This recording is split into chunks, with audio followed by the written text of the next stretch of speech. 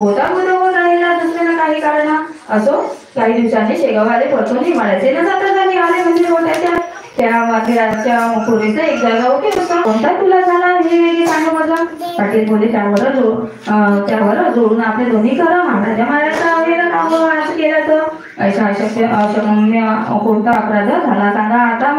माझ्याकडून लहान म्हणता मी लेकरू आपल्याचे ही देशमुखाची बाजूची जागळ्यात मर्जी असेल तरी त्याला राजा घरी ते खाली करतो सत्वरी तुम्ही यासाठी तयार काकी तुम्हा वाचून मला ना काही प्रिय जाणं आणि हे कळले वर्तमान अवघ्या पाटील मंडळीचे तेही तेथे राहून आले. महाराजा विनू लागले मी सदना या भजन हरी आणि नारायण. महाराज बोले तयाची मी ना जागा या जागेशी एवढं बसलो आज दिवशी ते तुमच्या माहित असतं ते पुढे येईल कळू ना आता न करा भाषण वाद दोघांचे जे मला ना काही हे करून विसरू नका. जितके जगी जमेदार तितकेच करते विचार मागचा पुढचं साजर हेच मुळे त्याच्या काही जा बंकट लालाची भावना वेगेसी मी सोडतात गुहासी तो न रागेला तो रागावला ते काही त्याची विचार माझी कृपी तुझ्या बंकटलालाही आला त्याचं घालू लागला समजूत त्याच्या माझी विरुद्ध मला तुम्ही यांना नेऊ नका.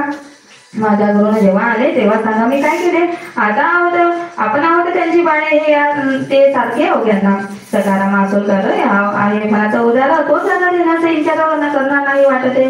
सकाळचं पेडा व पितांबर उमरातीचा गणेशापा रामचंद्र गुरु त्यापदी राहत होते बरोबरी हेच पांडव श्रीहरी गजानना शोभू लागले.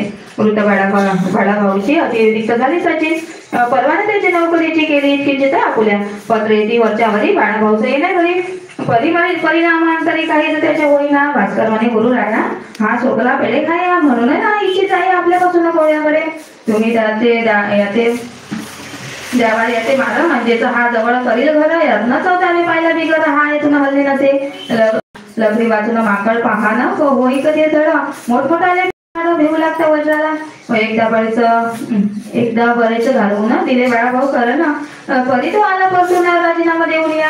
बाळाभाऊ शेगावासी येता मास्तर बोला त्याचे काले आम्हा त्रास त्याची ओढाळ पहिलं हिरव्यावर पडाया निरंतर त्याची जरी तिला मारत तरी तो येते पुन्हा तैसी लोकटा तुझी कृती तंतोतंत निश्चिती झाली विरती त्याने येथे आलेले हे अंकाराचे भाषण समर्थांना खपले जाणं त्यांनी लष्कराची अज्ञानाने कृत्य केल्याचे.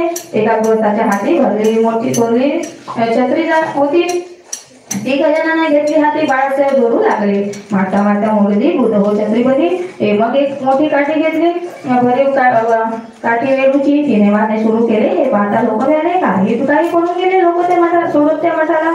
परी बाळाभाऊ तसाच पडला समर्थाच्या पुढे मला कैकमाने म्हणतील असते मेला तो या अशा माराने वास्तविक झाला चित्ता दूर बाळाभाऊचा पाहुणा मारा परी समर्थाचे